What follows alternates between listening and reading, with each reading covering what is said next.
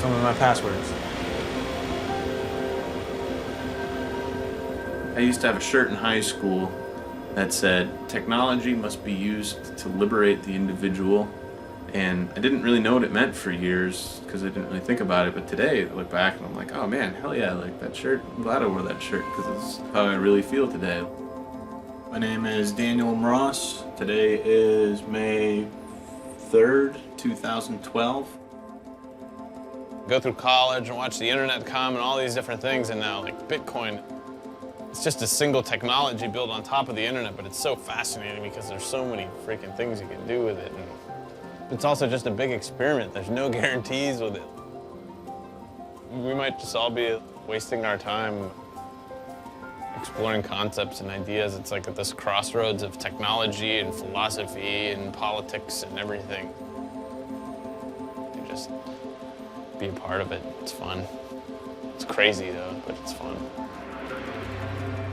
First question is, what is Bitcoin?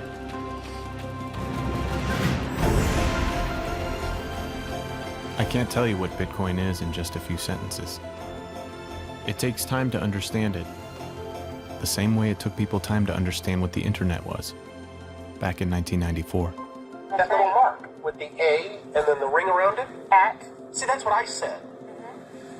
Kay said she thought it was about. Yeah. Oh. Internet is that massive computer network. The one that's becoming really big now. Allison, can you explain what internet is?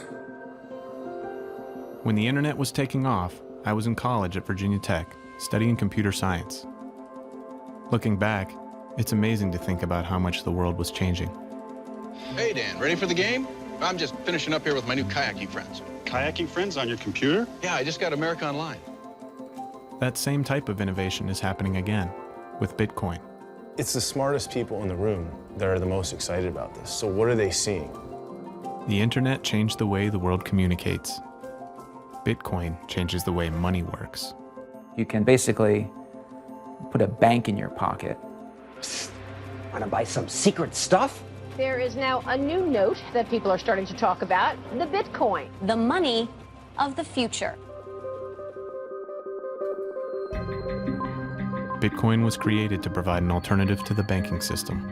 We're in the midst of a serious financial crisis, and the federal government is responding with decisive action.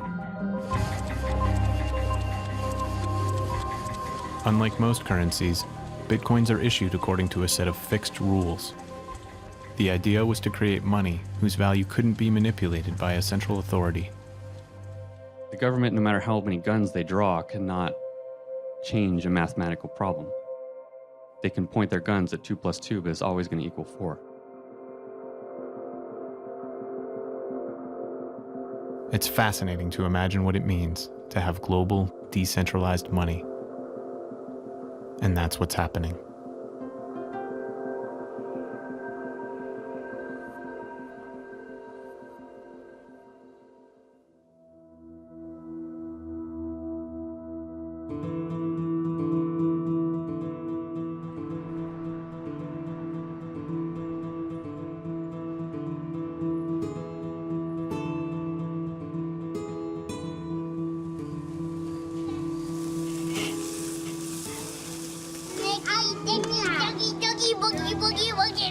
My 5-year-old's birthday. First round of burgers is ready. Second round's going on in a second. First round of burgers is ready.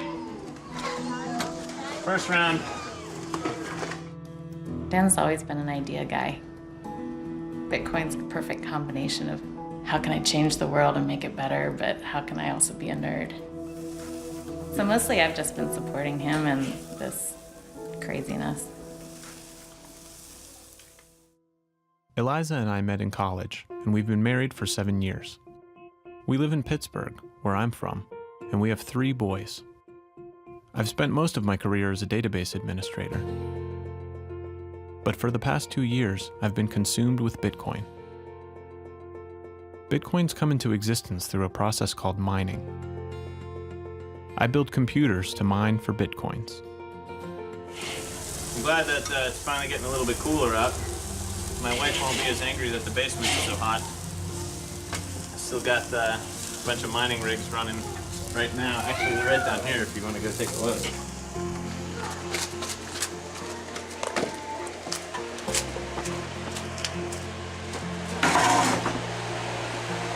Here they are. So what is Bitcoin? Bitcoin is a revolutionary technology that enables a new way to send payments over the internet. You can think of it as an open accounting system where thousands of computers all over the world work together to track ownership of digital tokens called Bitcoins. When you send someone Bitcoins, the transaction is broadcast to the entire network. After it's verified, it's recorded in a public ledger called the blockchain. The blockchain contains a record of every Bitcoin transaction that has occurred since the system began, and it's shared and maintained on the network, so everyone keeps the books, so to speak. Most currencies are issued by a central authority that controls the money supply. Bitcoin is a peer-to-peer system, so there is no central authority. Instead, Bitcoins are issued to users who help process transactions in the network. This is known as Bitcoin mining. Bitcoin miners are specialized computers that do the work required to verify and record transactions in the blockchain. As a reward for their work, the miners earn Bitcoins, and this is how new Bitcoins are released into circulation. The system is programmed so that only 21 million Bitcoins will ever exist, and as time goes by, the mining reward decreases. The result is a predictable supply that's governed by scarcity, making Bitcoin somewhat like a digital gold. It's the first currency of the internet, and everyone is free to use it. With Bitcoin, you can send any amount of money to anyone, anywhere in the world, as easily as sending an email. My brother Nick is a filmmaker. After hearing me talk about Bitcoin incessantly for months, we decided to start documenting things. Hey, I don't think we'll need the small camera. Can't hurt. No, I'd rather sleep it behind. I have so much equipment. You mind? Damn, you really cramped it up, huh? Not that bad. What do you mean? Jeez. Dude, they're right there. They're right in the back right there. I was convinced that Bitcoin was going to be huge, and I knew there were a lot of others like me out there. Zip my keys in my pocket so I don't forget them later.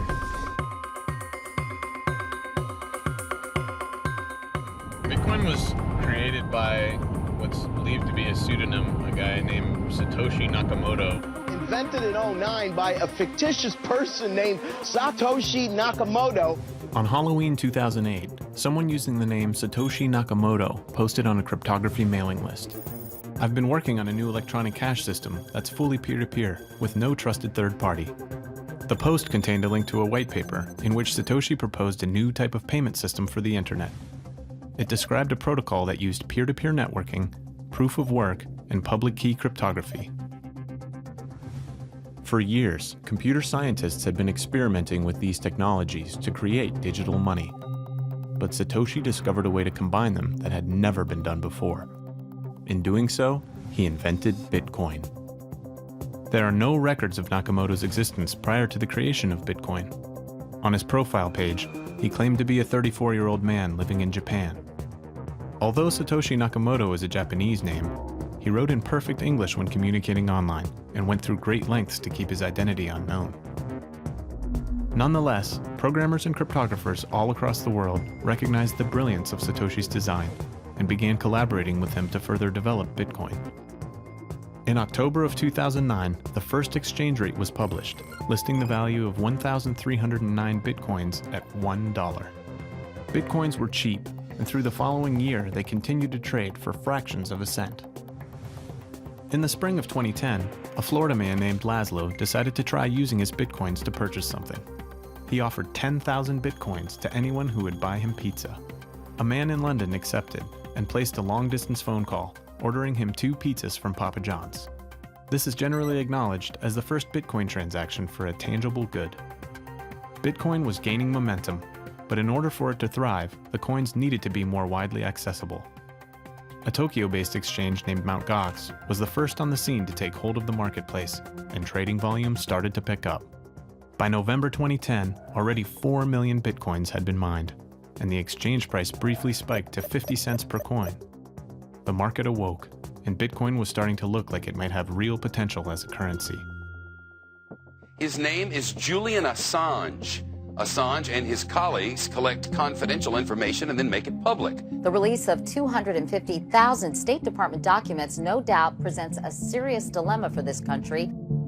Following a massive release of secret U.S. diplomatic cables, donations to WikiLeaks were blocked by Bank of America, Visa, MasterCard, PayPal, and Western Union. An article in PC World suggested that Bitcoin could be used as a workaround to send donations to WikiLeaks. One of Satoshi's last known posts was in response to the article and stated, "It would have been nice to get this attention in any other context. WikiLeaks has kicked the hornet's nest, and the swarm is headed towards us." Shortly after that, Satoshi disappeared from the forums and was never heard from again. 2 months later, the Silk Road Anonymous Marketplace was launched. It functioned as an online black market for drugs and other illicit goods, and used Bitcoin exclusively because it made the money trail nearly impossible to trace. The Silk Road caught the attention of New York Senator Charles Schumer, who was outraged and publicly called for a crackdown on the site. Heroin, opium, cannabis, ecstasy, psychedelics, stimulants. It's unbelievable. Throughout all this, the exchange price continued to climb.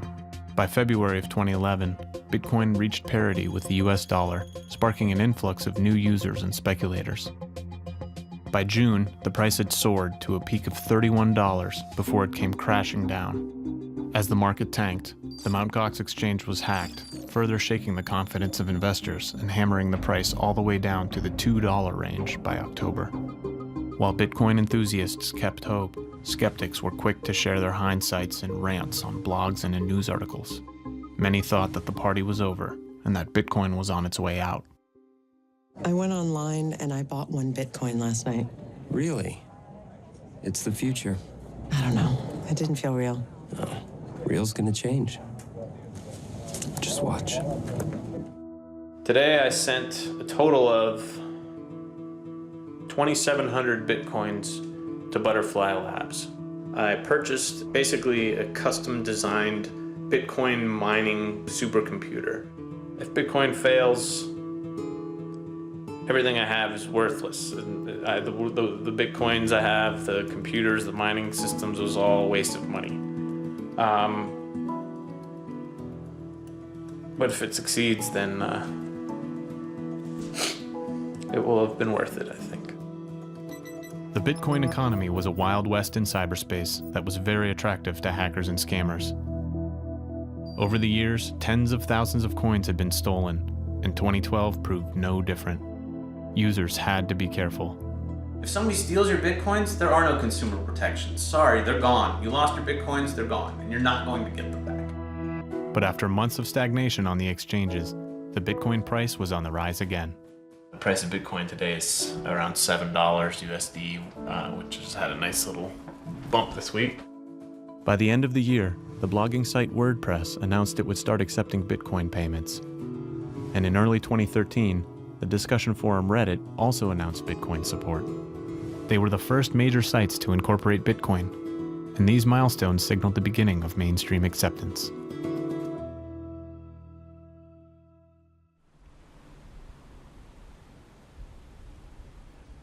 Bitcoin is the most subversive technology on the planet.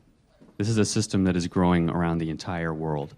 So if it works, if this experiment continues to grow, it doesn't just help a few of us in this state or in the country, but it actually helps everyone around the world.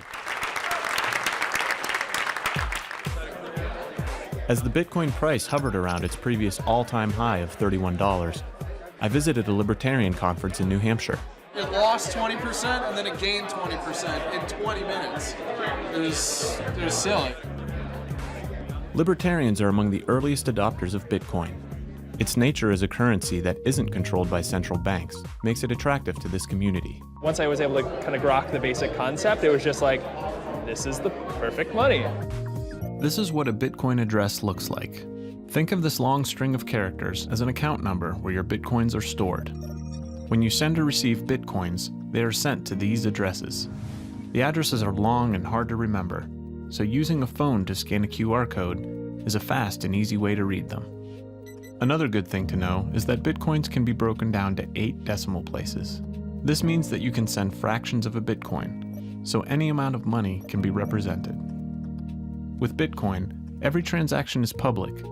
Everyone can see the amount that's being sent without necessarily knowing the identity of the sender. These guys even have one of the first Bitcoin ATMs. You just scan your QR code on your phone, put in the dollar bills, and press the button.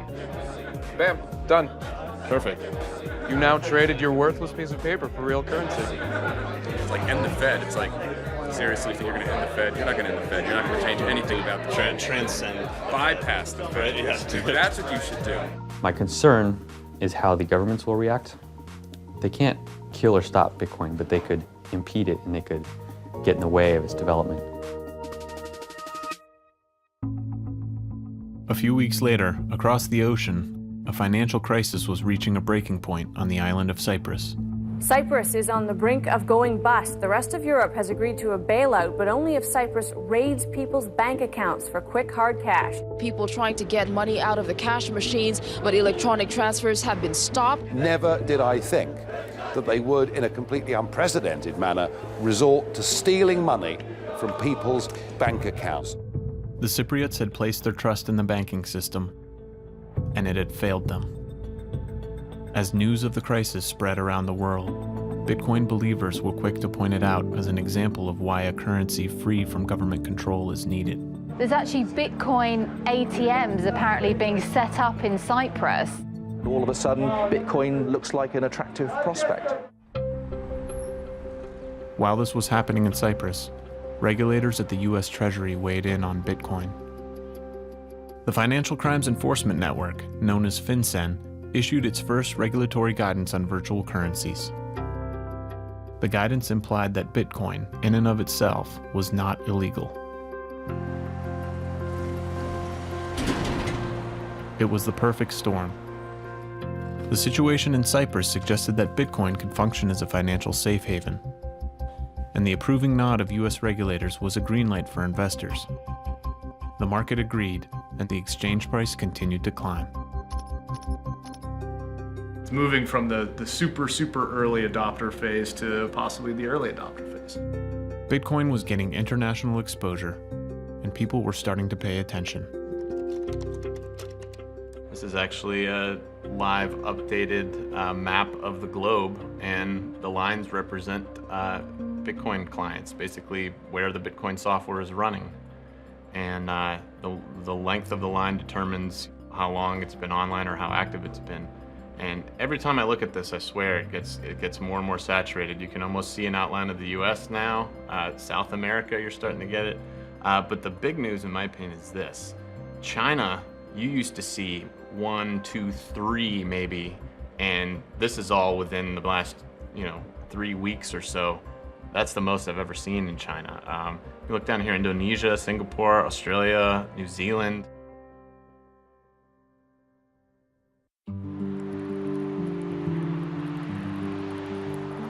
The following week, it snowed in Pittsburgh. I was eagerly awaiting the delivery of 2 Avalon ASICs, state-of-the-art computers with chips specifically designed for mining Bitcoins. Yifu Guo is at the forefront of the new generation of hardware and is the first to bring them to market. Everybody, including myself, has severely underestimated the mining market of how big it is. When Bitcoin began, a standard laptop was powerful enough to mine hundreds of Bitcoins in a matter of days. The technology evolved rapidly over the past couple of years. A lot of people are getting into it. We're still trying to catch up. I was on vacation with my family when the new miners were scheduled to arrive. The price of Bitcoin had rocketed to $77, so I asked some friends to wait at my house to get them running as soon as possible. All right. I hope this is good. I hope it's worthwhile. Oh, definitely. These are new computer parts here. Excellent, Fresh in excellent. from China. All right, it's not official till you sign, right? There we go. Yeah, we'll see. Maybe down the road you guys will start accepting Bitcoin one day, I bet. That's cool. It's a matter of time. Good luck thanks. to you guys. All right. I notified Dan, and he has a little response here.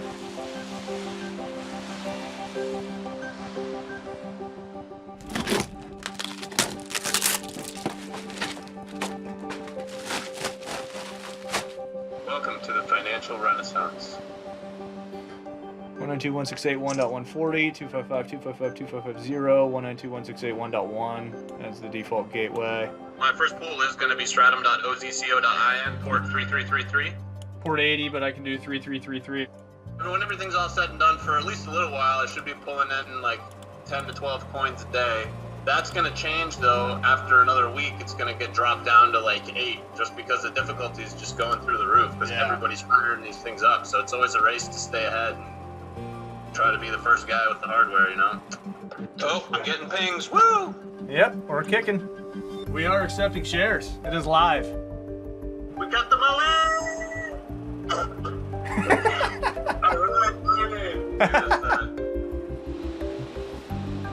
Hey, that looks like Johan. Yeah, I'm going to college because my dad mines Bitcoins. Dad wants Bitcoins.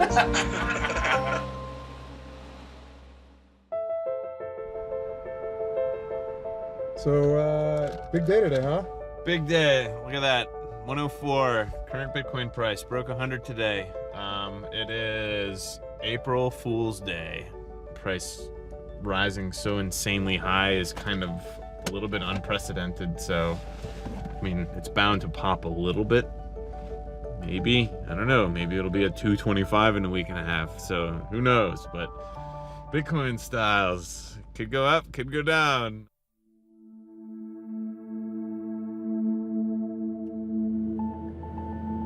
As the price passed 100, we took a trip to visit Gavin Andresen.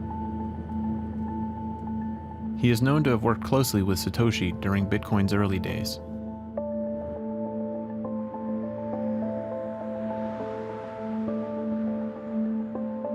Here's the train tracks, and he did say that there would be train tracks maybe passing through.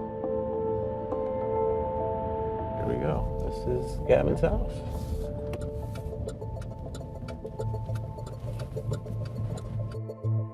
Gavin is one of the last people to communicate with Satoshi before he disappeared. Morning. This is my brother Nick and his wife Ashley. Hi, nice to meet you. Found the place okay, so Good. we're very excited to be here. Come in, this is my humble house. That's where I work, this is where I live. Beautiful home. Well, thanks. A little higher, please. Right there's great. Got it. How did you first get into Bitcoin? Tell us a little bit of the story of how you got involved. I had been working at UMass as a staff programmer in the Computer Science Department Research Group. My wife's a professor at UMass. I actually quit that job before going on a 6-month sabbatical in Australia. I just happened to read a little blurb online in somebody's blog that mentioned this Bitcoin project, which is an open source attempt to do money. And it caught my interest. I basically just spent a few days, read everything I could about it, looked at the source code, downloaded the source code, thought about it, and I really couldn't convince myself that it would not work. It seemed like Satoshi had thought of everything. Since then, I've just been sucked down the rabbit hole. Bitcoin is open source software. With open source software, the code is publicly available. Anyone can look at it and see how it runs, and they can also contribute their own changes. Programmers like Gavin were able to join Satoshi to work on Bitcoin simply because they were interested. Over time, I think Satoshi learned to trust me. He could see that I didn't make very many stupid mistakes. I never had any personal connection with Satoshi. It was always purely business. And I think that's because he was so worried about people finding out his identity. I don't know why. My last email to him was telling him that I had agreed to go visit the folks at the CIA. So whether that had something to do with him deciding to cut off communication with me entirely. He had been pulling away before then, but the CIA invited me to come talk at the CIA, and I agreed to do that. Knowing it would surely spark conspiracy theories, Gavin posted an announcement on the Bitcoin Talk discussion forum to head off any rumors. I think accepting their invitation and being open about exactly what Bitcoin is will make it less likely they'll see it as a threat. Having taken on the lead developer position since Satoshi's disappearance, Gavin found himself facing an increasing number of responsibilities and public scrutiny.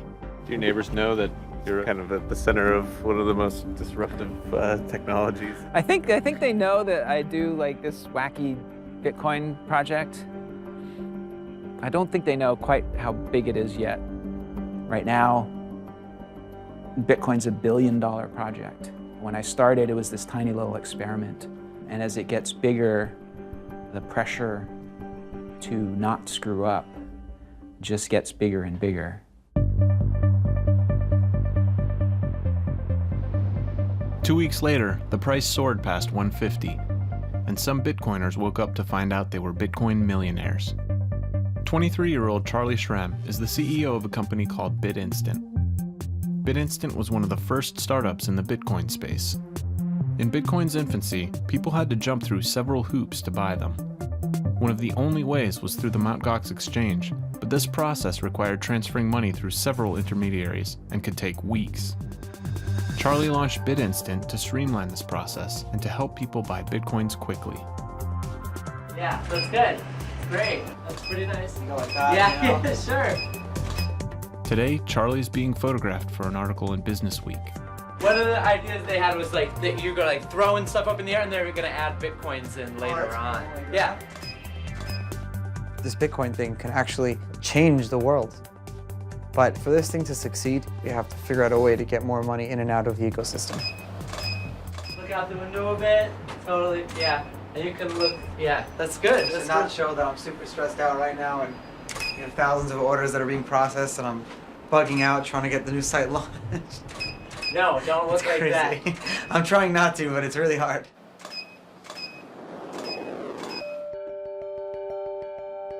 Things have been insane. I haven't slept in days. The price is just rising, so a lot of people are putting money into it. Normally, Charlie can get Bitcoins to his customers in about an hour. But with the recent flood of people trying to purchase Bitcoins, BitInstant can't fill their orders fast enough. When I pulled up our customer service interface, we have close to 2,000 open tickets, and that's just from Saturday to this morning. Nobody was ready for this kind of volume, so we're trying to catch up with the volume and keep everybody happy. Can you just sort of describe quickly what the last week or so has been like for you guys? The last week or so saw our support staff go from 2 people to 5 people. When someone offers you a seat on the rocket, you don't ask where the seat is, you just get on the rocket. Further, our volume has basically tripled in the past 2 weeks, going from a few hundred transactions a day to now 2,000-3,000 transactions a day. You just came on board here, right? Yeah, I did. Actually, today is kind of my first day. Oh, yeah? Nice. Yeah. How does it feel to be a part of all this madness? Well, madness, yeah, it's overwhelming. And what do you do for BitInstant? I'm the CFO. Can you give me like a daily estimate of how much money is moving through your system? It's in the 6 figures every day. All right, well, thanks, Charlie. I really appreciate it. Thank you. I don't know how the government will react to Bitcoin, but I spend thousands of dollars on lawyers every day just to make sure that I'm not going to go to jail. It's super terrifying. I mean, I don't want to go to jail. And I don't want to become a martyr either.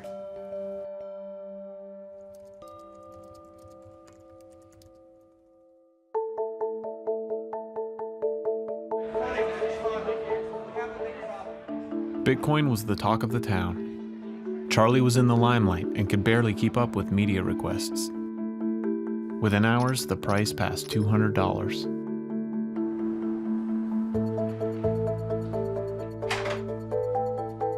First day of spring, first day of Bitcoin is over 200. The start of a new era. Hi, nice to meet you. I'm the nice, warm, loving mom that makes him live at home because we We can't part with him yet. We love him too much. This is where it all started, and this is where it still goes down. I've been collecting money from all over the world. And it's just like something I did way before Bitcoin. I've been doing it since I was a kid. So it's funny that like I'm collecting all this fiat that's not worth anything. And then all of a sudden I get into this Bitcoin thing. I realized during high school that I can never work for anyone. I made up a term, psychologically unemployable. I started BitInstant while I was still in my senior year of college. Bitcoin currently is the largest social economic experiment ever conducted in the history of the world. 2013, possibly 2014 will be the 2 years that really make or break Bitcoin. Bitcoin is a first product that's digital, but it's also scarce. I got some good news last night that part of our licensing deals that we've been trying to do for the past few months are finally, hopefully, coming through. We got approved to be licensed in 30 of the 48 states in money transmission. I've been working very hard on trying to be compliant in the legal realm. And with FinCEN's announcement setting up a way for Bitcoin companies to legally exist, that really changed the whole game of Bitcoin. And for us, it helped us get that last push that we needed from all the banks and the regulators to finally, hopefully, get that licensing that we need. Today, Charlie's meeting with a realtor to talk about new office space. Hi, Charlie. Nice Hi, to I'm meet you. Mitch Waldman. How are you? Pleasure. Got a minute? I have 10 minutes for you. We're a company with no boss. Essentially, everyone has their responsibilities. And Just one big executive board. It's one big executive board. If Okay. one person doesn't do their job, if I don't do my job, these guys are all going to yell at me. So that's how we do it. But we get things done. All right. And we're outgrowing the space, as you can see here. That's a good problem to have. Yes. Now, Rachel said there was a great concern about security in this space. We're regulated, so we can't like share an office with another company I if they get have that. access to us. Our asset is our software. Our software is processing hundreds of thousands of dollars a day instantly, and really quickly. And that's on site here? Or is it No, in the this is all in the cloud, cloud. or- It's all in the cloud. But we monitor. We have to monitor everything from here and Right. debug, fix, take down, upload more, put up more We workers. deal with high volume data oriented stuff very, every very day. sensitive customer Okay. data. If there were not a doorman, at the very least, the space would be designed in such a manner that there'd be a locked reception area. If we want to pursue like a guard at some point, we could have them in that area. Necessary. I absolutely think it will be at some point. It's just a matter of time. Okay. The potential for theft is huge. It's like operating a bank essentially. That's pretty much it. Gotcha. It's basic stuff. Yep. All right. Any other words for me? Okay, we're good. Are you willing to handle the task? Sign me up, Captain. That night, the price got as high as $266. Every major news outlet had taken notice. Bitcoin fever was at an all-time high. It is getting a lot of attention. People are fascinated by anything that makes new highs every day for weeks on end, which Bitcoin has done. In terms of the total number of the people using the currency, I'm not sure, but you can see that there's a huge amount of fluctuation in the volume of trading. And then, the price crashed.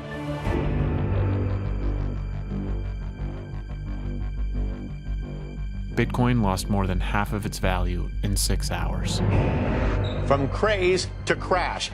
It's the talk of many people in the blogosphere, and it's certainly suffering some growing pains. The value of the virtual currency Bitcoin has plunged. It's been a crazy day today. I haven't slept in like 40 hours. Your order processed. I don't understand why we're still having this conversation. We refunded your order. We sent you extra Bitcoins.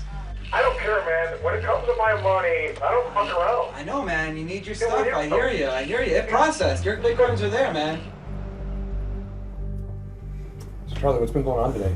Crazy day, huh? Yeah, at Margaux, their whole system pretty much failed, and their whole trading engine is broken.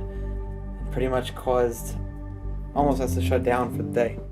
Further, the Bitcoin price has just been wildly swinging up and down. It was down $100 today. It's gaining back up, but mostly because people can't buy and sell, and they can't withdraw, and they can't deposit. Because the whole thing is just a fritz. So what we're trying to do is figure out a way to mitigate orders somewhere else for now. With Mt. Gox stuck in a nosedive, the ripple effect is creating chaos in the Bitcoin markets.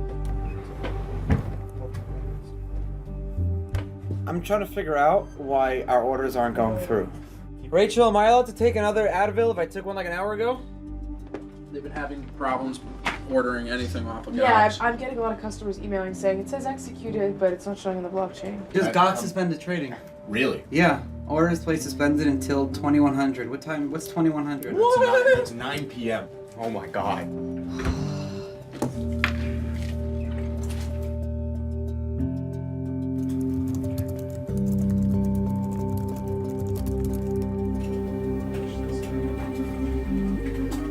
If you bought at 150 and then you're at 260 and then you watch it dip down back to 150, do you panic sell? Yeah, absolutely. I don't know what a Bitcoin is. I just bought it. You see buy orders, people buying and selling at such a wide range. It doesn't make any sense. The API is just constantly failing. Is that what's going on? We're not getting any orders.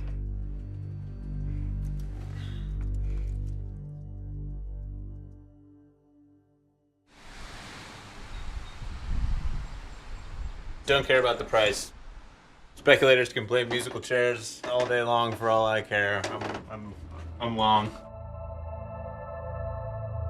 I was focused on expanding my mining operation.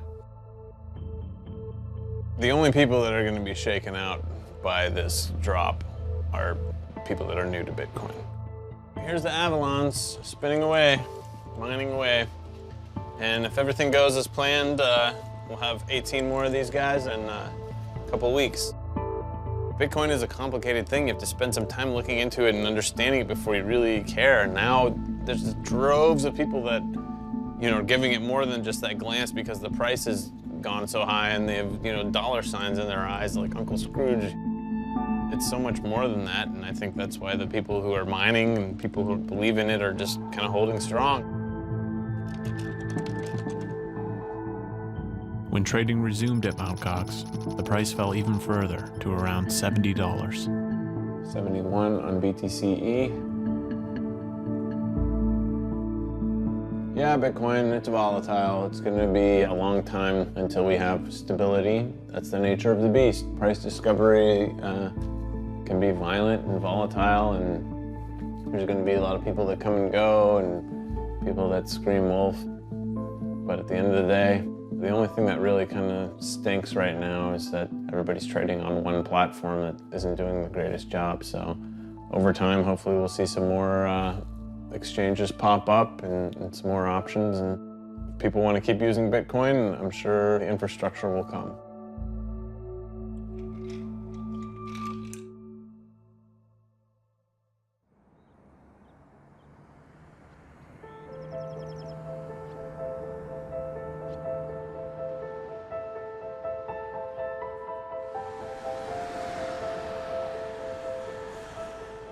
It's just gotten ridiculously busy. I get an email every 2 seconds now, and I'm pretty much, more email than I can keep up with.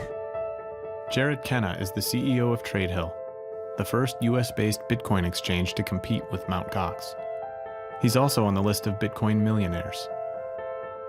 This is Finnegan right here, guard dog. Hey, Finnegan. Jared runs TradeHill out of a 41-bedroom residential hotel called 20 Mission that he also owns.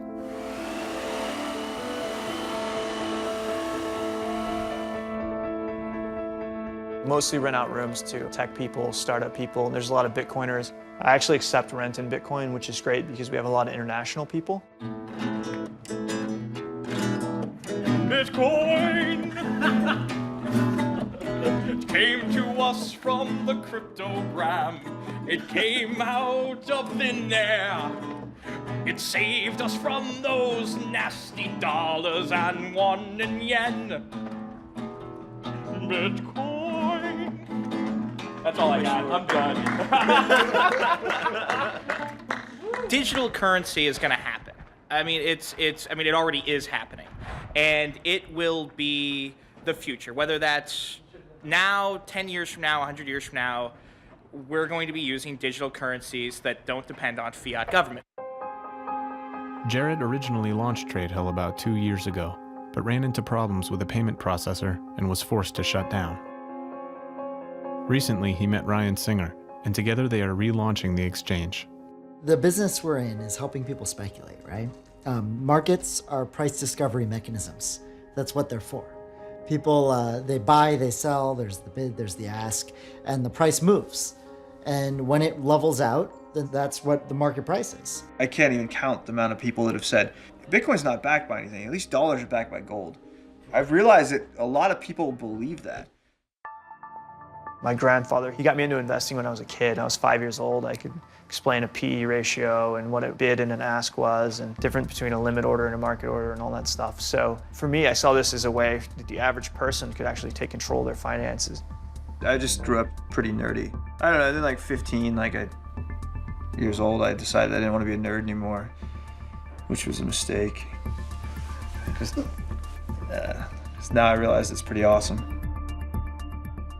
In 1999, I joined the Marines. I was originally with the engineering unit. In 2005, I went over to Afghanistan. I was mostly working with the Afghan National Army. It changed me a lot as a person. I've always been interested in economics and finance and technology and cryptography. I was in a cryptography forum. Somebody I never met, who was anonymously in this forum that I was chatting with, sent me 10,000 Bitcoins just as a way to test the system out and see how it worked. And I got them, and I'm like, well, that's cool, but what can I do with them? And he said, well, nothing yet, but if people believe it has value, it will. At the time, there was really only one Bitcoin exchange. It was Margaux. I said, we need an alternative. Who cares if the technology is decentralized and the method of transfer is decentralized and the people are decentralized if all the trades are in the same location? I thought that building another exchange that gave more people access to Bitcoin would be a key part of Bitcoin's growth. The day we launched, we got $250,000 in from user deposits, and we said, oh shit, this is real. Yeah. We're all fans of the Big Lebowski, so we're gonna have a Big Lebowski party. Nice. This is a very exciting day. 30 gallons of White Russian and hallway bowling. We work hard, but we party hard too. Okay, I'm good. I'm not dead.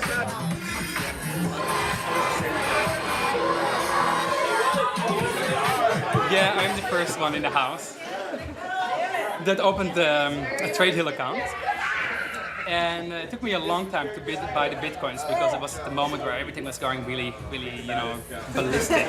People were buying Bitcoins all the time, and it was hard to buy it. And it took me like 10 days to get my Bitcoins. From my European bank account, I got my euros over here. So I opened a 10K account with TradeHill at the moment where they were $255 a Bitcoin.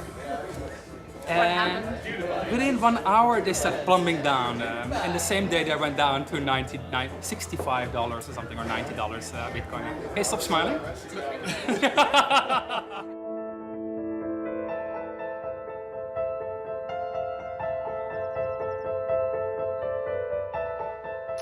TradeHill Round 2, we optimized for success. We launched expecting to have to do hundreds of thousands of transactions a second. Right now, we've got about 15 people. In addition to that, we've got about 8 attorneys externally. A lot of people are depositing dollars, a lot of people are depositing Bitcoin. We're getting more trading, we're pushing that from the business perspective. Also, we're talking to people who want to do more automated trading on our platform. Get robots trading against each other. We've stress tested this, and we can handle, about 500 times as much volume as Margaux was seeing. So we'll see what happens here. The interest in us is pretty crazy. Just the news with Bitcoin has really kind of validated everything. Now people are like, oh, you're not this crazy person talking about some digital made-up currency. It's like, oh, I've read about it in the Wall Street Journal and the New York Times. It's real. We had an investor come in and he said, hey, I really appreciate your scrappy nature and how you're hustling, but I think it's time for you guys to spend 30 grand a month on rent. When you have, a billionaire client and they want to come check out your office before they send you a multi-million-dollar wire, asking them to walk past pawn shops is not always the right feel. So we're leaving the mission, we're driving into Soma right now. We're gonna go take a look at what may be our new office space. Pretty prestigious address, One Market.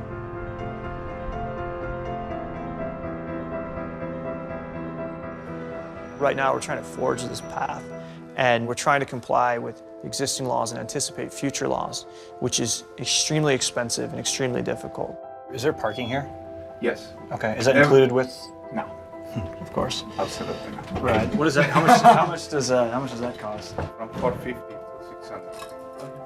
It's not terrible. Ooh. That's pretty sexy. Twitter was here for over a year. Yeah. Amazon comes and go every single year. I have Macy's, I have JCPenney, all the big ones, they come over, they're part of the club.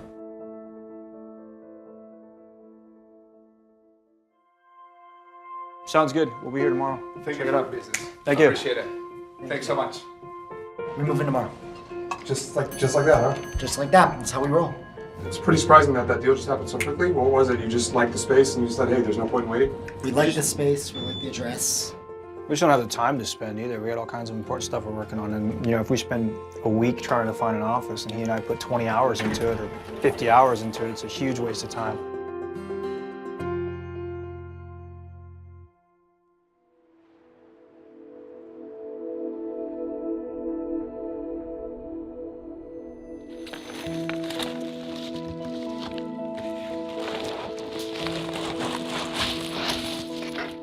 I thought they'd be in multiple bags rather than one big one, but hey.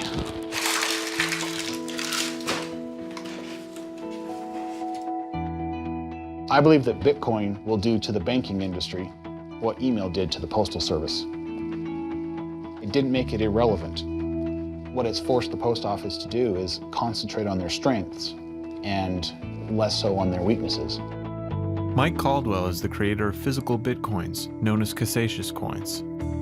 They are often featured in mainstream media coverage of Bitcoin. They're a novelty item, collectibles that basically act as physical carriers for bitcoins. But they do something very important. They give Bitcoin a face. Come on in. Sorry, the kids are sleeping, so I'm just being quiet so you know. Each coin has its own Bitcoin address, and the private key required to spend it is hidden underneath the hologram. This is where you make the physical Bitcoins. Yeah. It's a random smattering of things, but I'm pretty careful about the way I manage, you know, basically this is the credential, so this is the hologram and the private keys. I'm pretty careful about those and don't keep them here. I normally do them on this mirror because that helps, you know, when we get the fronts and backs right. There's so many things that cryptography can do for us that if the world just knew, so many social problems could be solved. Cryptography can bring fairness to elections. It's too difficult for people to understand, and someone needs to bridge the gap. Right now, we're using Bitcoin to send money, but many believe it will revolutionize much more. The technology behind Bitcoin can be used to build decentralized systems with rules that can't be cheated.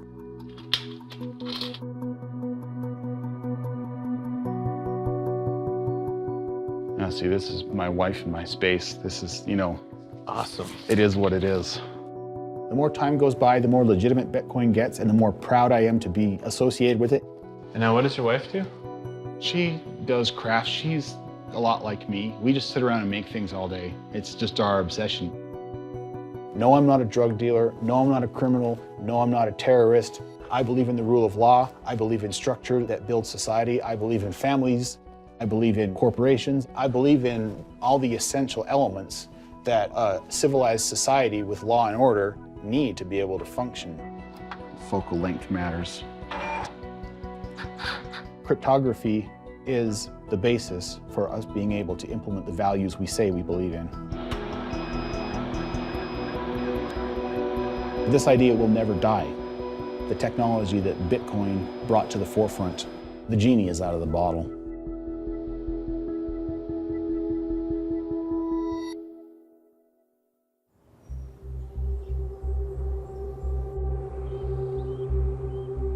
Since the crash, the Bitcoin price has been hovering around $100. Bitcoin seemed to have weathered the storm, but there's still much controversy surrounding the currency. The same cryptography that ensures a user's privacy also allows it to be used anonymously.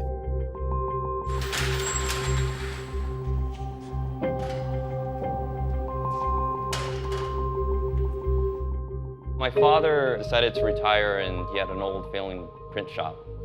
I basically took it over and I converted it into an internet place. We're the only place in LA that supports Bitcoin right now.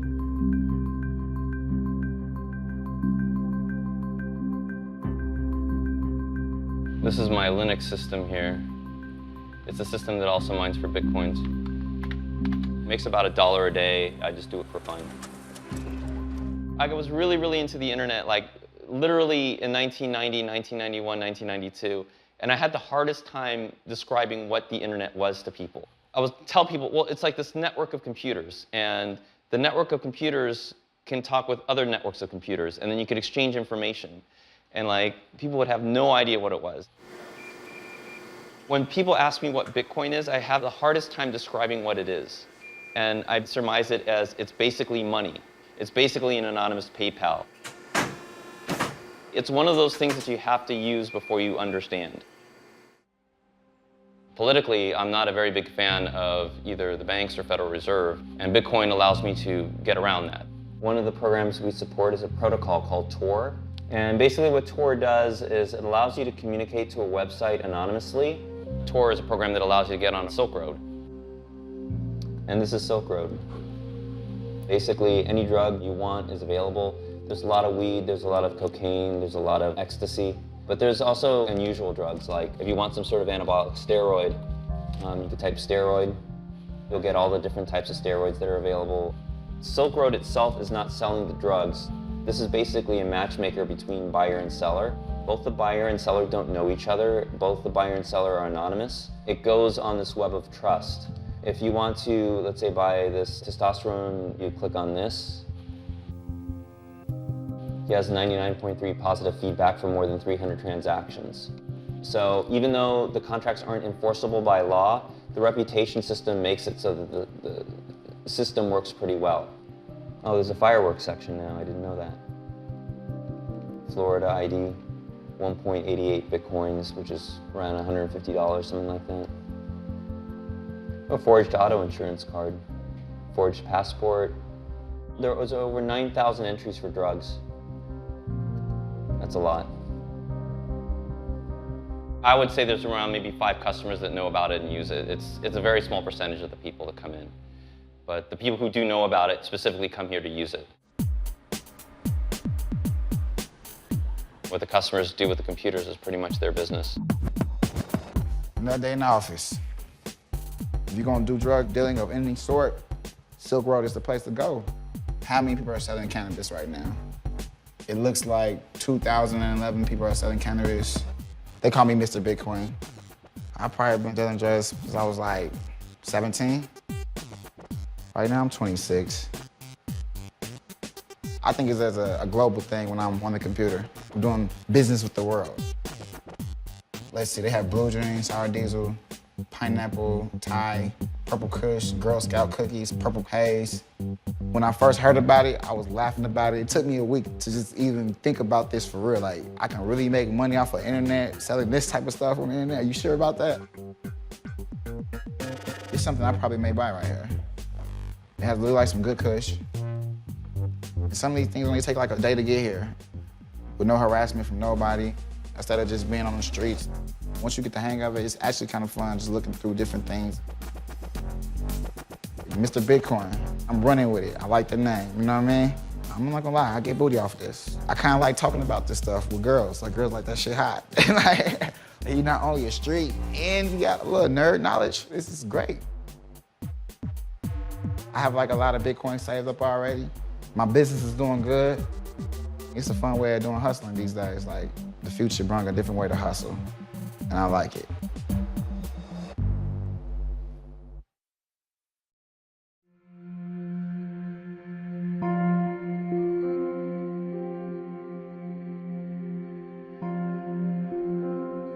With so many people using Bitcoin in so many different ways, it's becoming apparent that it can't be ignored.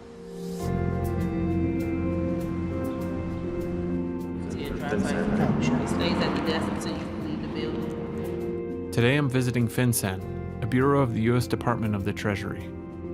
Despite having released guidance on virtual currencies, there's still a lot of uncertainty surrounding their outlook on the future of Bitcoin regulation. Straight ahead and the big fishbowl looking, okay, great. I'm not going to say we're going to have every answer for you today, but I mean, what I do want to say is that, we didn't want to shut down Bitcoin. We didn't want to attack Bitcoin. We think there's a lot of social benefit to it. Kind of have the Google alert on my computer for Bitcoin, and once a month, twice a month, something will pop up. But now it's 5 a day, 10 a day. Jennifer Shasky-Calvary came on board as FinCEN's director last year. During her career, she spent 15 years at the Department of Justice, where she specialized in fighting money laundering and organized crime. Virtual currencies have been on my radar for a while, even prior to coming to this position because of, unfortunately, the abuse of some of them. Bitcoin, on the other hand, is one that really didn't come on my radar probably until I arrived at FinCEN.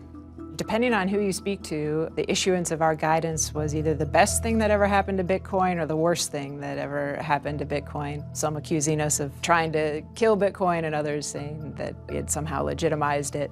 Of course, neither of those things I think is probably true, and certainly neither of those things was our intent. One of the clear lines is that if you're a consumer who's using Bitcoins to buy goods and services, the guidance doesn't pertain to you. We're focused more on the places where we think we have risks to the U.S. financial system from money laundering and terrorist financing. And I think that might be kind of a lot of the Bitcoin community has a little bit of a fear that Bitcoin may be characterized in a way so as to tie it to some bad actor ruining it for everyone. When a lot of the people that are interested in Bitcoin, including myself, see it as just this technology that we really don't want to see it falling into the wrong categorization of with all the potential that's there. Sure. So the innovation around Bitcoin and the virtual economy is really one of the more interesting aspects, I think, of this story. The idea that it can be used to potentially serve the unbanked out there, just to provide some really new services that are convenient for consumers. The flip side of it, though, is that to be a part of the financial system, the U.S. financial system, the global financial system, also comes with some responsibilities. And those responsibilities include not allowing your institution to be used by criminals and by terrorists.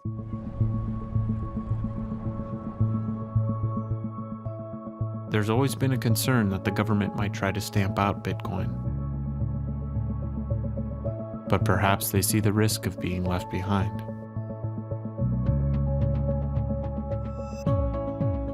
In May 2013, the biggest gathering to date of Bitcoin enthusiasts and entrepreneurs happened in San Jose, California. We're at Bitcoin 2013. It's the inaugural conference of the Bitcoin Foundation. Bitcoin is worldwide, and the vast majority of people haven't even heard of Bitcoin yet.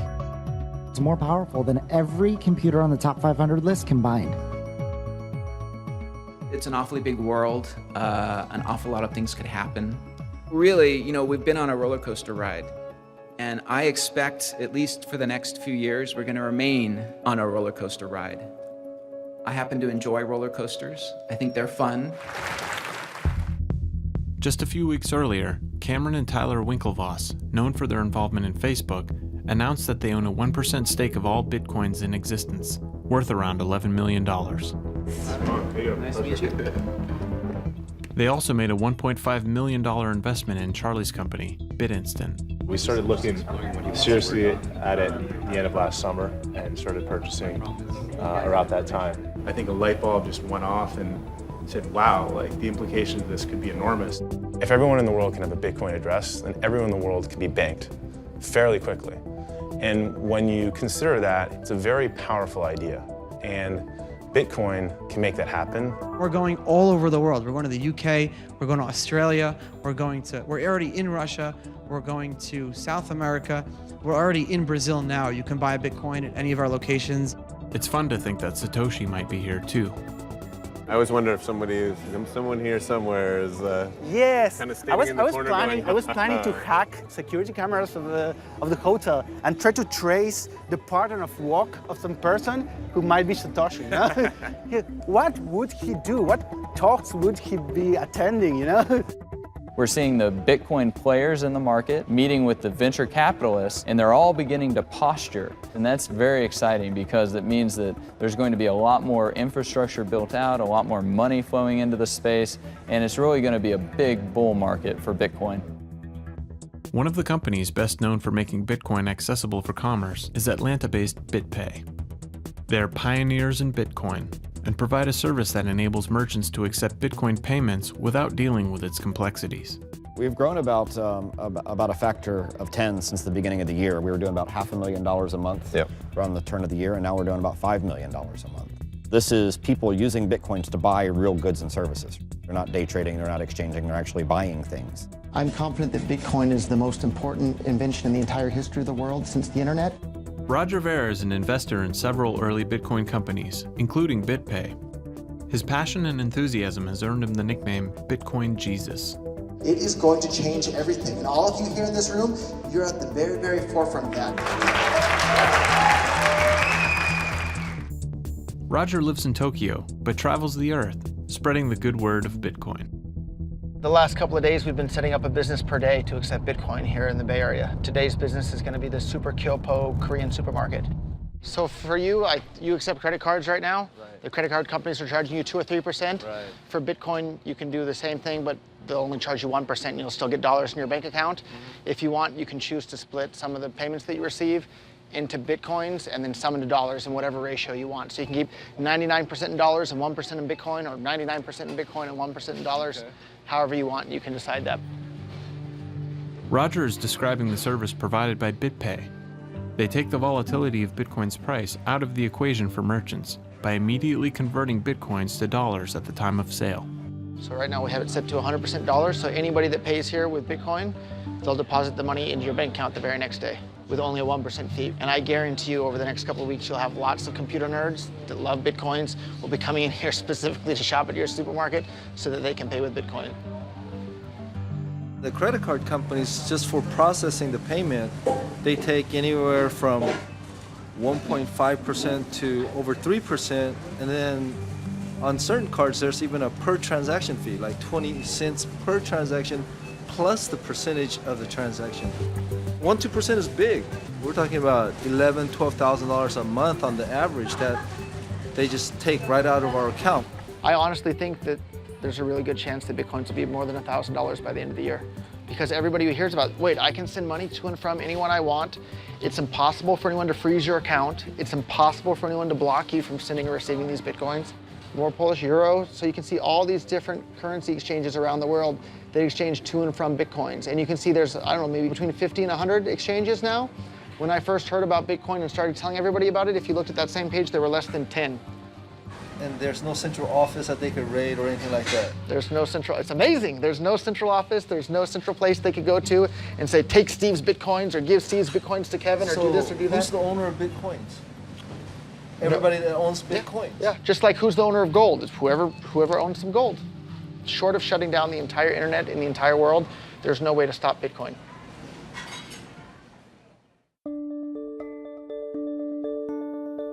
And hit request payment. And that's a QR code for your Bitcoin address. So I'm gonna scan that. So now I have your Bitcoin address on my phone. I think this is $2. So I'm gonna send you $2 worth of Bitcoins.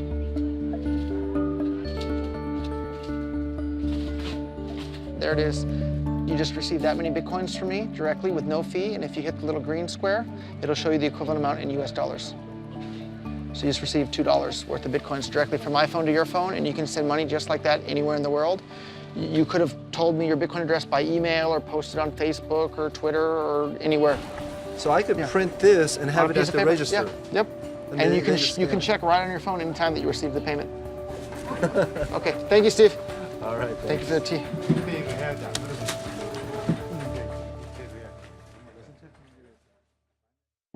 One of the newest standouts in the Bitcoin space is a San Francisco company named Coinbase.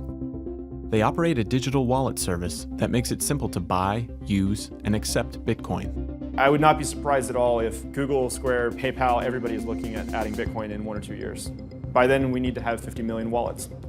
If we can make this easy to use, it's going to be huge. My involvement in Bitcoin is not politically motivated. Yeah, dude. People are realizing large capital gains. When professional investors enter the realm, the stakes definitely change. We raised $5 million from Union Square Ventures. Fred Wilson led the round there. I think Bitcoin is still actually a little bit under the radar. I think it's moved past the stage where people dismiss it.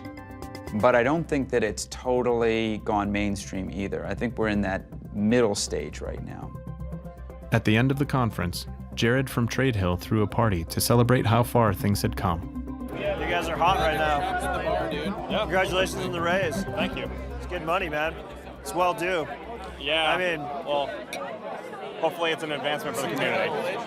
I am completely pro-compliance. Like, I think, like, if you don't want to attach your identity to this, I can't work with you. Yeah. And, I mean, like, the libertarian side of me is like, yeah, whatever. But, like, from a business perspective, if people don't play by the rules, you're not going to last. Yeah. You're going to just shut down or you're going to go to jail. Noticeably absent from the conference were representatives of Bitcoin's biggest exchange, Mt. Gox. Just days earlier, the Department of Homeland Security seized more than $5 million from their U.S. accounts. The seizure warrant stated that Mt. Gox had failed to register as a money transmitter, putting them in violation of the new FinCEN guidelines.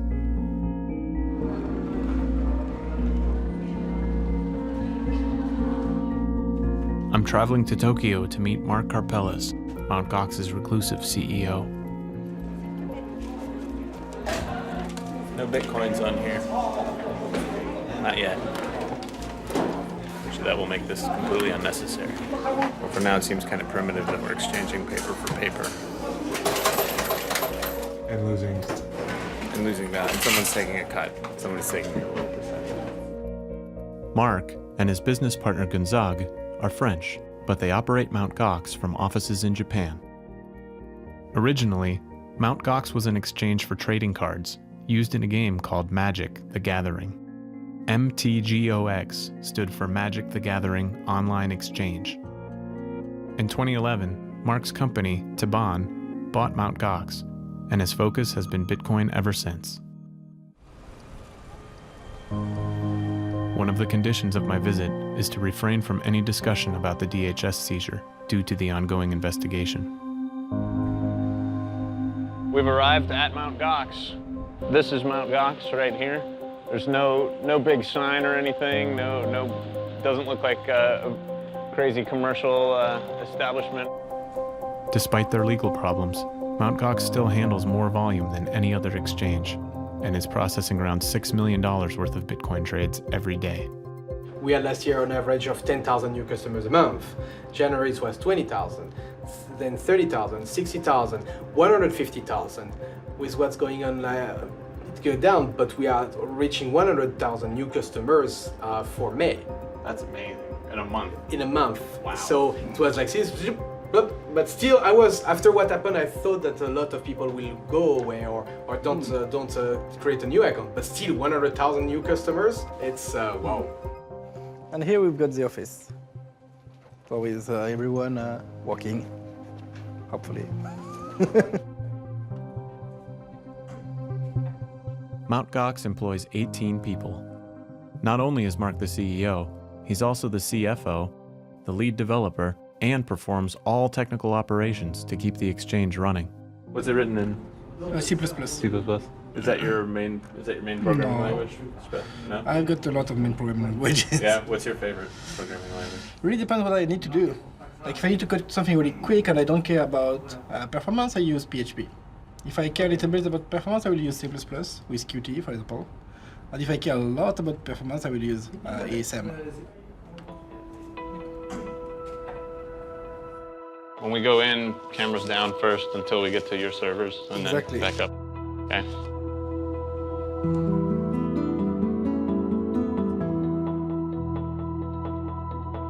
Getting ready to go into the Margaux data center location. Okay, cameras down. We were allowed to snap a few photographs. One of the main issues we had during the second bubble is that volume of trading was too high compared to what our system was designed to support.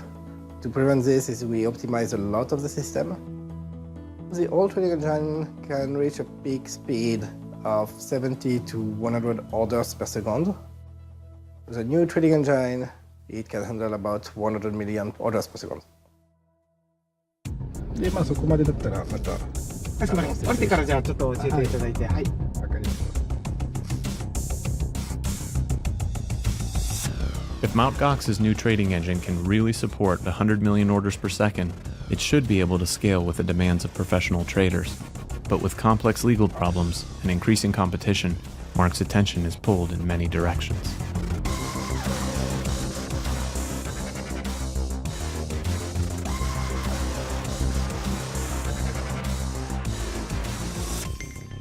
Do you work 7 days a week typically? Yep.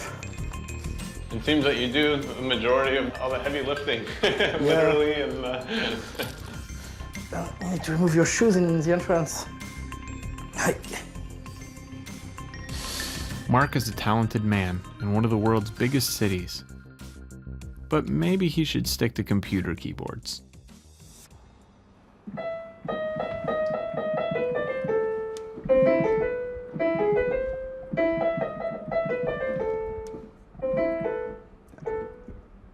Okay, missed it.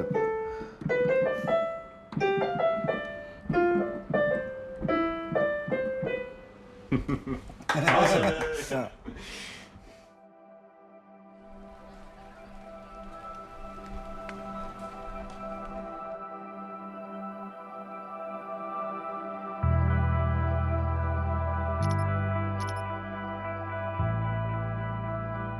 We are here in northern New Hampshire for the Porcupine Freedom Festival, and this is an event put on each year by the Free State Project. Basically, it's just a bunch of crazy anarcho-capitalists, libertarian types in the woods with freedom and families. Pretty much all of the vendors except Bitcoin. Let's go. It tastes much better when bought with Bitcoin. Thanks, guys. Soup, salads, and smoothies. I would say 1/3 of our sales have been in Bitcoin. It's $20. So you're paying Bitcoin? Yeah. All right. Last year was our first year accepting it. We did maybe 18 transactions, 20 transactions at the most, and now we're up to close to 120.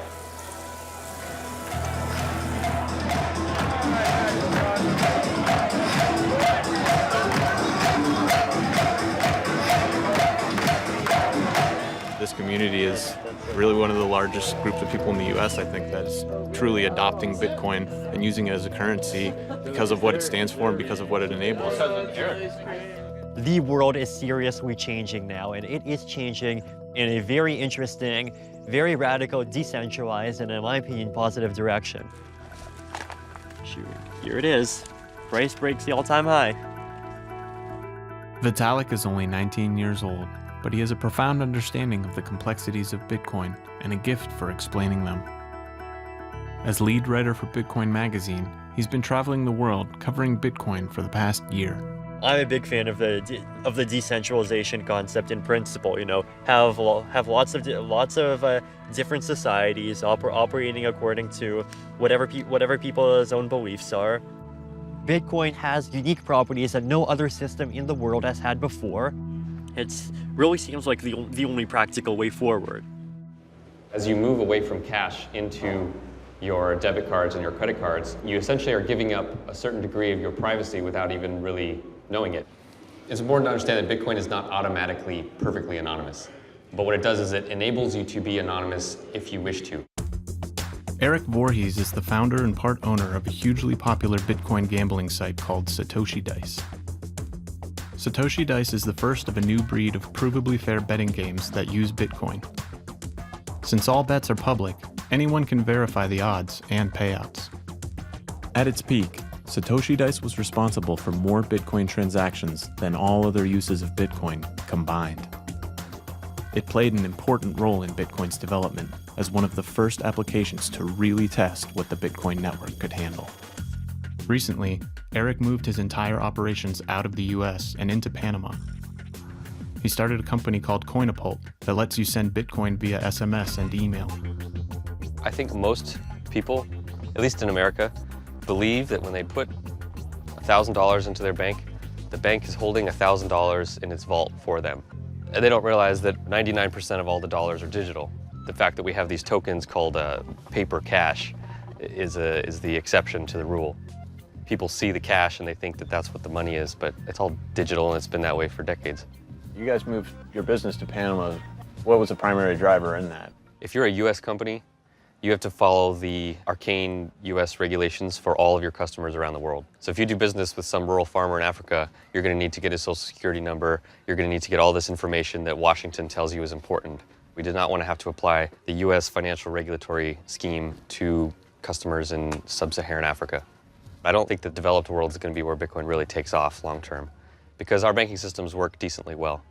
Many people around the world don't have any bank accounts whatsoever. Ultimately, those are the types of people who will find the most value out of Bitcoin.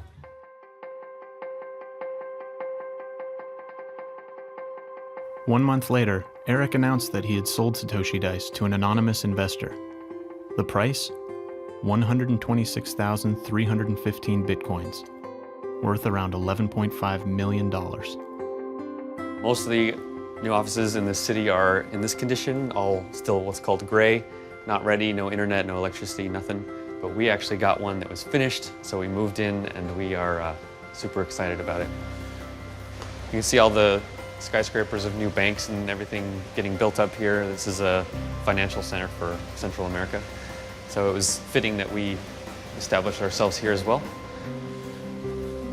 Still setting up the office. We've been here for 2 weeks. We're getting walls put in. We got furniture. And this is the brains of the operation. This is Mr. Ira. Howdy. He can program anything, and you can see all these books he's reading. What do we got here? We got cryptanalysis. We got everyday cryptography. Introduction to mathematical cryptography. I read all these, of course, when I was much younger, but Ira's trying to catch up with me.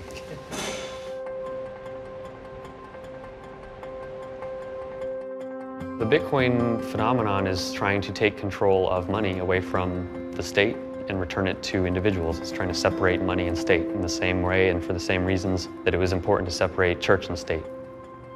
There's a wonderful quote from one of the Rothschilds: "Give me control of a nation's money and I care not who makes its laws." So I'm trying to play my part in that narrative.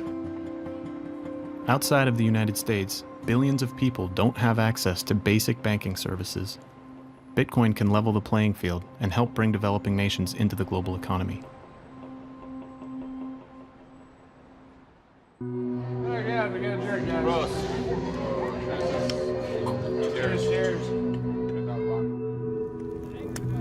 Eventually, people are going to use a currency that is as free as the internet because people seek out freedom wherever they can. And just as the government can't stop the internet and the freedom of speech, it can't stop Bitcoin and the freedom of money. So we're just gonna have to see how hard they try to do it. It's scary, but it's exciting because at the other end, freedom typically wins. We'll just have to see how long it takes to get there.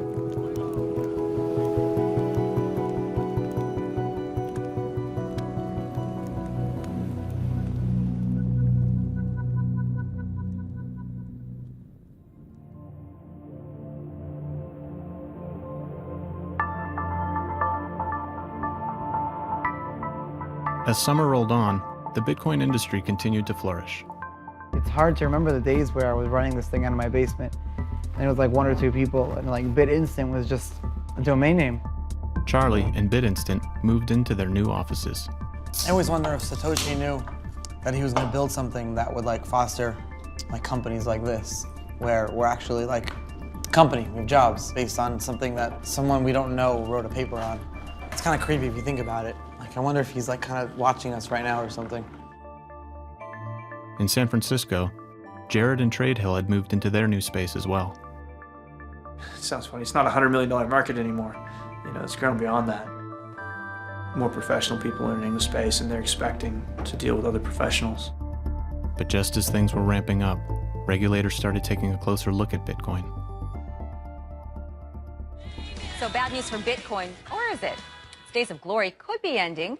At least 24 companies have been subpoenaed by New York's Department of Financial Services. Can't be a good thing. BitInstant, BitPay, Coinbase, and Winklevoss Capital were all issued subpoenas. We want to make sure that as this enterprise grows, and if it does become a place where a lot of people are engaging in financial transactions, that we have sufficient protections in place. With increased pressure and banking compliance issues, BitInstant was forced to suspend services.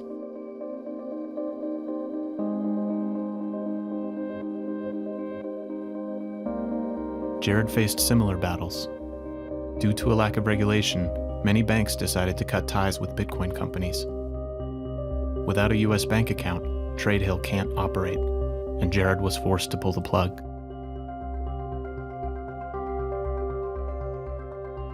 Regulation typically evolves much more slowly than innovation, and regulations cannot keep pace with the pace of innovation. Explaining Bitcoin to a bank feels like explaining Amazon.com to Barnes & Noble. Until lawmakers catch up, startups like TradeHill and BitInstant are left out on a limb. Banks do not want to bank Bitcoin companies. When you have regulation, you can comply with it. When you don't have regulation, they're not exactly sure. And if the banks aren't sure, they just default to no. New regulation takes at least 1 year to develop, propose, and adopt. And in many cases, it can take much longer than that. I won't let this go. I'll fight till the end for Bitcoin. Whether I have to work on the street or sell lemonade, Bitcoin's going to succeed one way or another, and I'm going to be a part of it.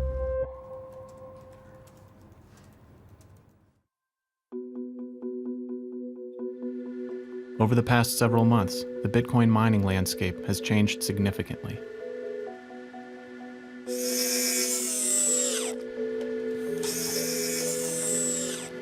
When I started, Bitcoin mining was a hobby for geeks.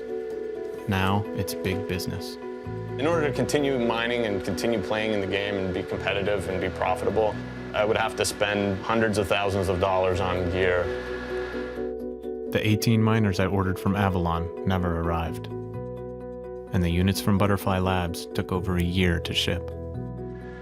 By the time I got them, Bitcoin mining was so competitive that I would never be able to mine back all the coins I used to buy them. See that computer? That computer makes Bitcoins, and this is all the other computers that are making Bitcoins too. And it goes straight up in the line, up in the air, and that's because there's a lot of people that are making Bitcoins with computers like that. As my new units are arriving, I'm selling them for Bitcoins to try to recoup what I can. If you don't mind grabbing those other cables, I'm not coming back up. Okay. I'm taking a pretty big hit. But overall, the mining experience has still been worth it. My mining days may be over, but I'm still very involved with Bitcoin. With Bitcoin, it's a money system where it's backed by math. It's backed by the laws of mathematics and by the rules of the protocol. I keep thinking that there's got to be an easier way to just set up a secondary protocol to trade private keys. Every time I log on, I see another dot on China, and I'm like, this is why right now the price is going up. The price is nearing 150 again. Many attribute it to the explosion of Bitcoin's popularity in China. What's happened recently is Chinese people have really come and adopted Bitcoin. As a culture, as a nation, Chinese people are keen to learn about things that are on the internet, things that involve math and science. We think that China can really contribute in this space and help bring Bitcoin to the mainstream. Germany is another part of the world where Bitcoin has found a home. It's starting to get normal if one person a day comes in and buys a coffee with Bitcoins. People are looking for a new way of paying, and not through banks, and not with euros, not with dollars, something new. The German Ministry of Finance even became the first governing body to officially classify Bitcoin as private money. I believe if we want to get some justice back into our society, we should reduce the importance of the banks. Bitcoin is banking without banks, so here we go. The FBI today shut down what it's calling the most sophisticated internet site in the business of selling hard drugs, including heroin, cocaine, and LSD. In the sci-fi section of a San Francisco public library, undercover agents surprised a young man quietly working on his laptop. They arrested a 29-year-old software engineer named Ross Ulbricht and accused him of being the mastermind behind the Silk Road. People have always tied the Silk Road to it. Media has always tied the Silk Road to it as if, like, Silk Road is Bitcoin. But it's not. This may be a sign that Bitcoin is growing up. It's funny, my friend just IM'd me and said, you know, Silk Road got raided and the government seized $3.6 million in Bitcoin. Is there a way to invalidate Bitcoins? I replied, no. The government is now invested in Bitcoin. People are starting to finally realize that Bitcoin has nothing to do with how people use it. It's just money. It's like gold. Of course, not everyone thinks Bitcoin is the way of the future. Bitcoin will not be able to survive or thrive without becoming legitimate. I don't see it having a serious place in our financial system. There are really good reasons why we have central banks that have the power to put out financial fires by printing money. I'm worried about the technology. As Darth Vader once said, don't put all your faith in technology. I think 10 years from now, we'll look back on this and just kind of chuckle at the Bitcoin fad. Oh yeah, remember Bitcoin? Oh yeah, I remember that. It's financial freedom. Come on, bro, this is the new world, bro. Others are more optimistic. I think within 10 years, you're going to have a lot of people using Bitcoin, but they're not going to realize that they're using it because it's going to be a protocol that's embedded underneath whatever financial service they're using today. And by Bitcoin being open source, it's what can allow all these different mobile wallets and all these financial technologies to all talk to each other, especially around the world. Whoever the hell Satoshi was, he should go down in history as one of the greatest people or groups of people that ever existed. This is a technology that mankind has needed for thousands of years. People have been dealing with monetary shenanigans since the Roman Empire clipping gold coins. And finally, people can escape it.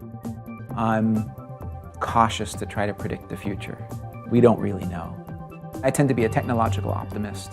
I see the democratization of technology as being a really positive thing. And I think that's a really powerful force that is really only just beginning.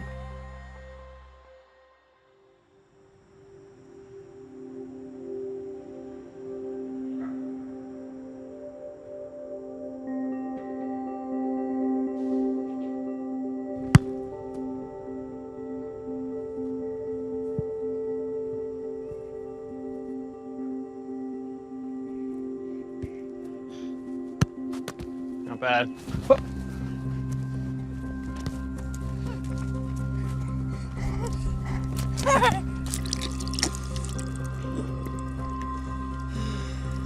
Recently, as the price has been floating around 200 again, you know, I have a lot of friends that have asked me, you know, are you going to cash out some of your Bitcoins now? You know, the price is really high. You should, you know, get some dollars out of it. And I kind of tell them, no, like, don't you see it? I've met so many interesting people, and there seems to be one thing that kind of binds a lot of them together, and that is that they're willing to face opposition and follow through on the ideas that they believe in. The people who try the crazy ideas often fail, and then everybody likes to point their fingers and laugh and say that was such a stupid idea, but once in a while it works out. I think Bitcoin is proving to be one of those things.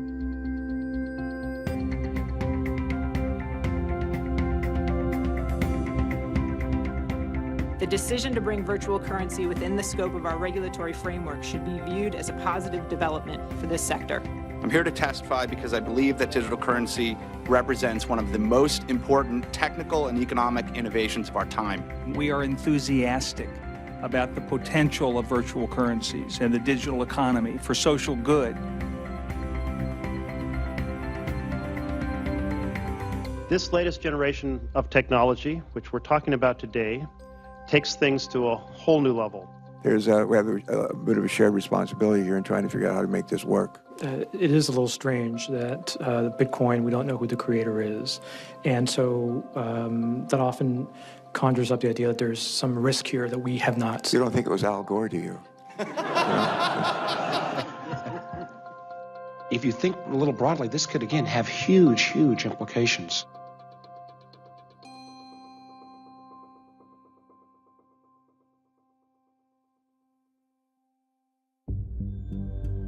"2013 was the year Bitcoin first entered the mainstream, and 2014 got off to a dramatic start. Just as we were wrapping things up on our film, Charlie Shrem was arrested after returning from a Bitcoin conference in Amsterdam. He could be facing up to 30 years in prison on charges related to his activities at BitInstant. In JFK, you walk right off the plane and you go straight to customs. About 3 agents in front of me and then 4 agents behind me said, "Mr. Shrem, please come with us." They took me to an interrogating room, told me that I'm being arrested on federal crimes of money laundering, running an unlicensed money transmission business, and failing to file suspicious activity reports. The indictment alleged that Charlie had sold Bitcoins to a reseller that operated on the Silk Road. What sucks is the house arrest. You know, I have to pretty much be here all the time, every day. I can't even go outside, unless I'm going to my lawyer's office, which is once or twice a week. I pretty much lost my freedom, lost everything that I've built over the past year. Charlie's arrest wasn't the only bad news that rocked the community in the new year. For months there had been rumors that Margaux had become insolvent, and in February, the site went offline. Do you still have everyone's Bitcoins? Do you still have everyone's Bitcoins? Go for it. I'm not touching you. I haven't touched you. So I just have everyone's Bitcoins.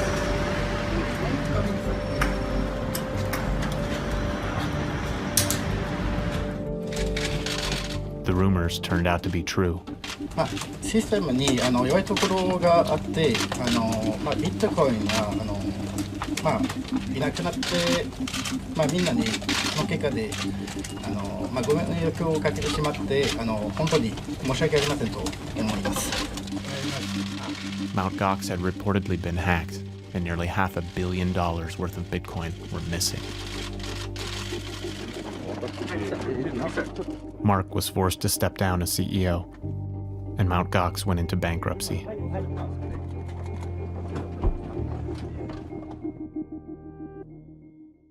A national magazine claims to have identified the mysterious founder of the worldwide digital currency called Bitcoin.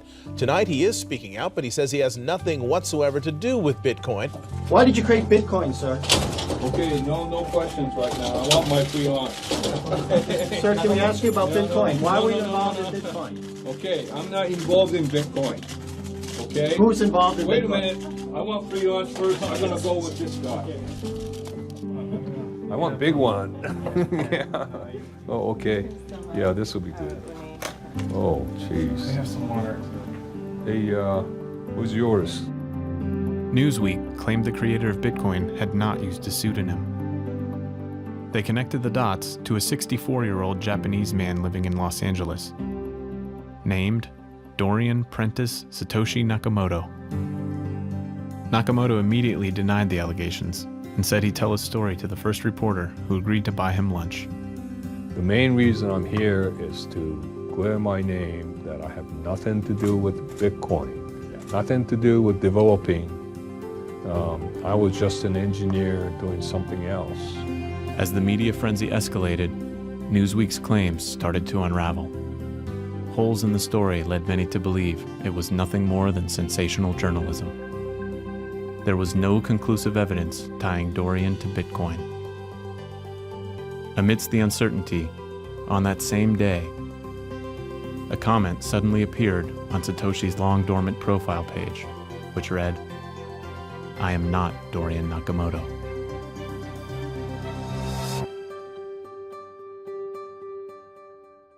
Maybe we'll never know who created Bitcoin. But the truth is, it doesn't really matter. Bitcoin belongs to everyone, and the future is ours to build.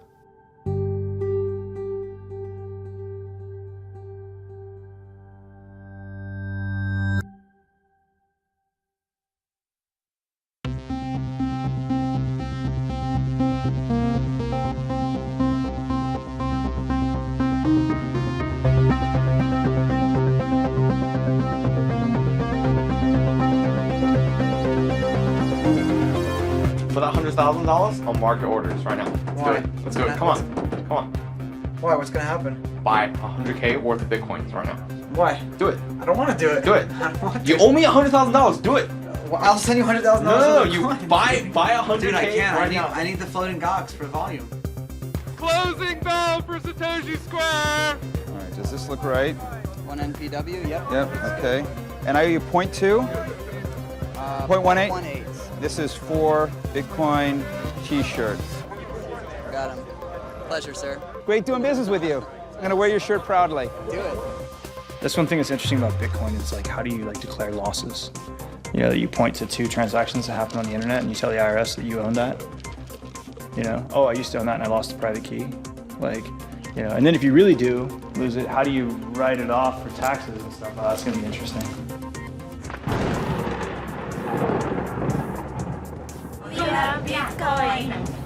Okay guys, we're gonna play a special version of hopscotch called Bitcoin Blockchain Hopscotch. Oh, you lost all your Bitcoins! Who is Satoshi Nakamoto? I rather not tell you, but yeah. Oh, do you know? Maybe not, maybe. Oh. You know, I have a Bitcoin and a half myself now, which I think probably in 10 years means I'll be really rich. When you think about it hard enough, on a global scale, this is a net gain for humanity.